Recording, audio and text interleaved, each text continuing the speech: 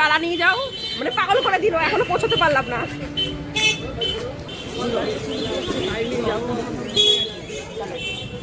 মন্দির থেকে প্রায় 1 কিলোমিটার দূরে আমরা লাইনে দাঁড়িয়েছি।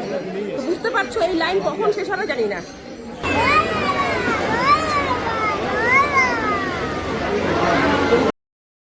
তো বন্ধুরা, বনানীশার তরফ থেকে চলে এলাম নতুন আর একটা ব্লগ নিয়ে। তো আন্দামান অনেক ঘোরাঘুরি করলাম, এখন আমি ফিরে এসেছি আমার শহরে। এই আমি এসেছি নৈহাটি বড়মার দর্শনে। তো আমরা সীমান্ত লোকাল ধরে এসেছি, এখন যাব বড়মার দর্শনে।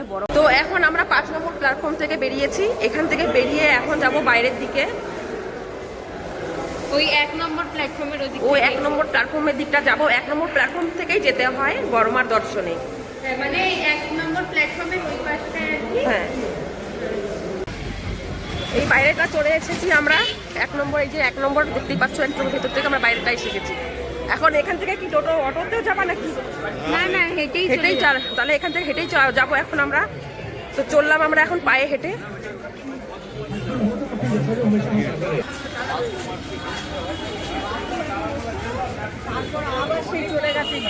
আর এখান থেকেই দেখো বাটা শুরু হয়ে যাচ্ছে মায়ের মন্দিরে বাটা নেওয়ার জন্য। এই দেখো কত বাটা দেখা যাচ্ছে এখানে, পুরো রাস্তাটা জুড়ে দেখতে পাবে সবাই ডালা নিয়ে বসে আছে। এই যে এখানে অনেকটা দূর না, না এখানে ফুল টুল দেওয়া নেই। খুচরা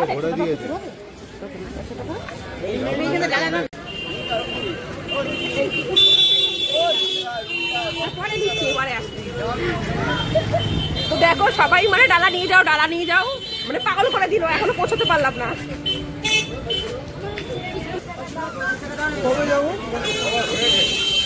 আমার হাতে একটু জল দিল, তো আমি হাতটা একটু ধুয়ে নিলাম। এখন এখান থেকে ডালা নেবো, তো চলে যাবো মায়ের দর্শনে।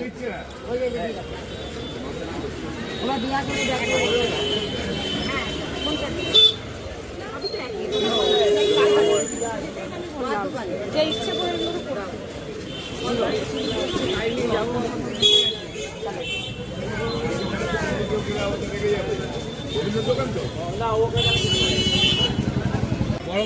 কিছু নেবেন না, আসুন। আর এখানে পুরো একটা মার্কেট, পুজোর জিনিসের সাথে সাথে এখানে নানা রকম জিনিসও পাওয়া যায়।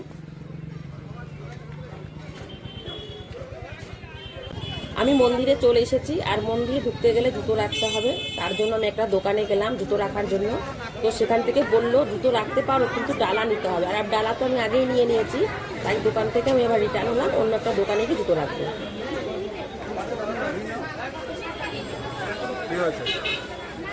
কত লাইন করেছে, কত লাস্টে যেতে হবে। হ্যাঁ,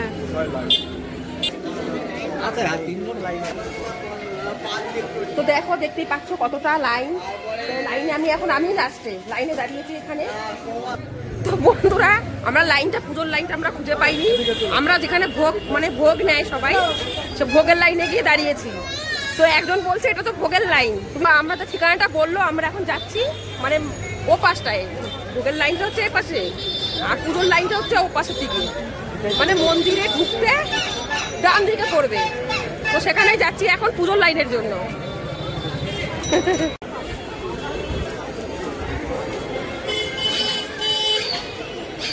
মা কতক্ষণে পৌঁছাবো মা পুজো দিতে? প্রচুর ভিড়, যেখানে দাঁড়িয়েছিলাম ভোগের ওখানে তো আরো কম।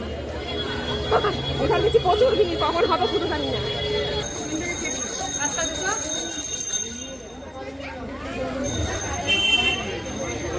আমরা অনেকটাই ভিড়ে পড়েছি পেছনে, মানে ওখানে যে দাঁড়িয়েছিলাম আর একটু আগে আসলে আর একটু এগিয়ে যেতাম। তো আমাদেরই ভুল, আমরা বুঝতে পারিনি। যাই হোক, আমরা মন্দির থেকে প্রায় 1 কিলোমিটার দূরে আমরা লাইনে দাঁড়িয়েছি। তো বুঝতে পারছো এই লাইন কখন শেষ হবে জানি না। তো একটা ভাই বলছে যে আজকে নাকি তাও ভিড় কম, 1 কিলোমিটার দূরে লাইন, তবু বলছে ভিড় কম, তার মানে কতটা ভিড় হয়। তো চলো, মায়ের দর্শনের জন্য এটুকু কোনো ব্যাপার না, তাই তো? হ্যাঁ, চলো। তো আমরা দাঁড়িয়ে আছি প্রায় 15 মিনিট থেকে, আর এই 15 মিনিটে দেখো লাইন কত দূর চলে গেছে পেছনে।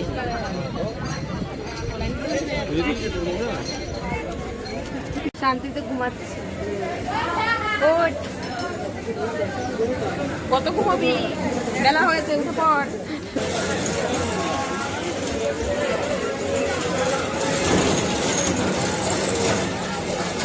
এখানে দেখো দণ্ডি কাটতে কাটতে যাচ্ছে, এনাদের হয়তো মনস্কামনা পূরণ হয়েছে, তাই এখানে দেখো সবাই দণ্ডি কাটতে কাটতে যাচ্ছে। আর এখানে একজন এত আওয়াজে এত ভিড়ের মধ্যে দেখো কত সুন্দরভাবে ঘুমিয়ে আছে। লাইনে দাঁড়িয়েছি প্রায় আধা ঘন্টা হয়ে গেছে। তো এখন মেন রোডে উঠে গেছি। আগে ছিলাম গলির ভেতরটায়, এখন মেন রোডে উঠেছি। মন্দির আর কিছুটা দূরে আছে, তো এগিয়ে যাচ্ছি মন্দিরের দিকে।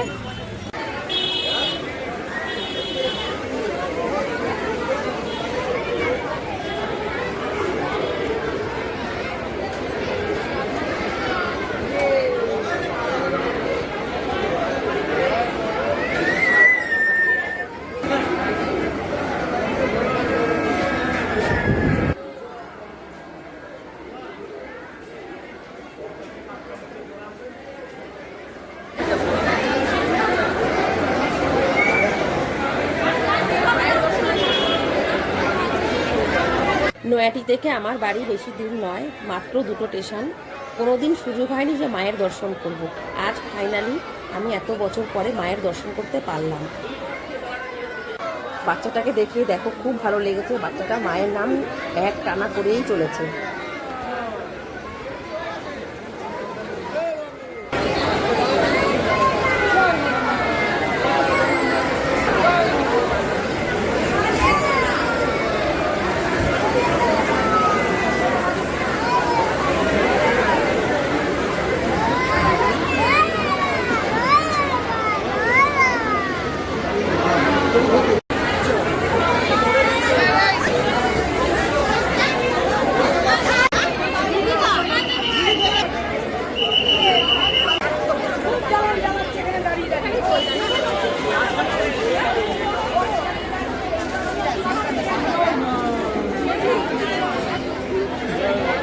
মন্দির থেকে বেরিয়ে মায়ের আশীর্বাদ নিলাম, 2 প্যাকেট সিঁদুর নিয়ে নিয়েছি এখান থেকে। চলো ফাইনালি আমাদের পুজো শেষ হয়ে গেছে। বাপ রে বাপ, পুজো পাঠ শেষ করে এখান থেকে এখন একটু আখের রস খাবো। উমা পেছনে কে দেখো। আমরা এসেছি ঘাটে, মন্দির থেকে বেশিটা দূর না, মন্দির থেকে কাছে এই ঘাটটা। এই হলো ঘাট, তো একটু ঘাটে দর্শন করে নিই। তা তোমরা এসো আমার সাথে দর্শন করো।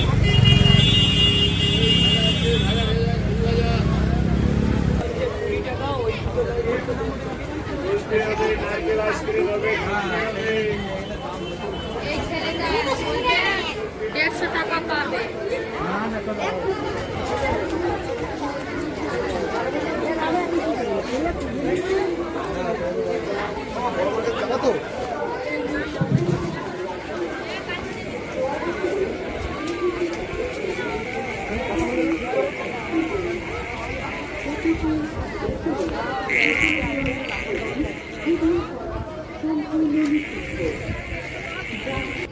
চলে এলাম ঘাটে। এই হলো মা গঙ্গা। এখন ঘাটা পড়েছে, জলটা খুব কম, জল এতটা দূরেছে যে জলটা খুবই ঘোলা। ভাবলাম একটু নামবো, প্রচুর ঘোলা। সব লোক স্নান করছে, এখান থেকে স্নান করে অনেকে দণ্ডি কাটে, এখান থেকে স্নান করে ভিজে গায়ে যায়। দণ্ডি কাটতে কাটতে অনেকেই যাচ্ছে। মা ছাগল কত বড় বাবা গো।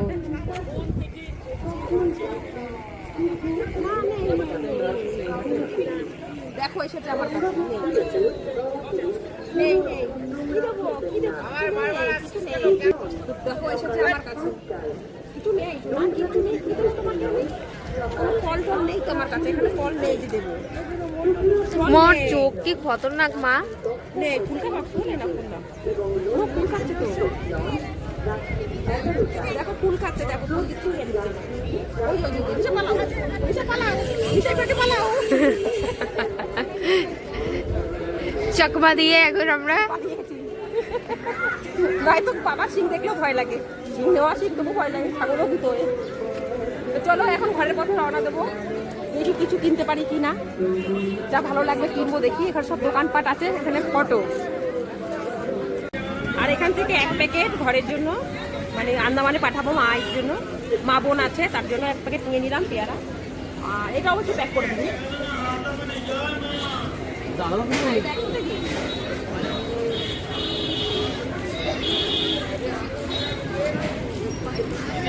পুজো করে এসেছি, বেরোনোর পথেই ভাইয়ের বউ ফোন করেছে আন্দামান থেকে। তো ভাইয়ের বউ বলছে মেয়ে তো বিয়ে, তো বলছে শাড়ি কিনতে। তো একটা বেনারসি শাড়ি আর জামাইয়ের জন্য শেরবানি আর মেয়ের জন্য চুন্নি মানে ওড়নাটা, এই যে তাই ওড়না দেখছি। আর শাড়ি তো বাবার হাতে হাতে শাড়িটা নিয়ে নিয়েছি। হ্যাঁ, বেনারসি শাড়িটা নেওয়া হয়ে গেছে। আর এখন ওড়নাটাও নিয়ে নিচ্ছি, তারপরে শেরবানি দেখতে যাব। তো শেরবানির দোকানটা কোথায় আছে? সামনে যেতে হবে। আচ্ছা ঠিক আছে। হ্যাঁ দেখো শেরবানির দোকানে, আর এখানে শেরবানির কালার সবকটাই খুব সুন্দর। এক্সে বার্কার এই কালার খুব সুন্দর সুন্দর কালার পাওয়া যায়। হ্যাঁ, তো আমাদের জিজুর জন্য এখন শপিং করাও হয়ে গেছে আমাদের। কালারগুলো সবকটাই সুন্দর। এটা তো আমার খুবই পছন্দ।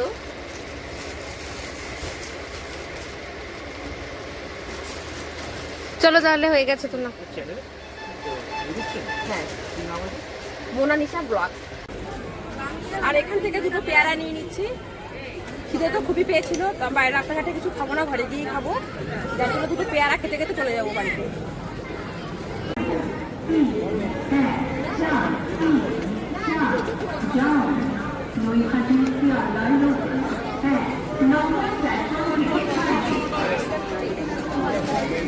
এখন আমি এখন ট্রেন আসবে, এখান থেকে ট্রেনে চলে যাব একদম আমার বাড়িতে।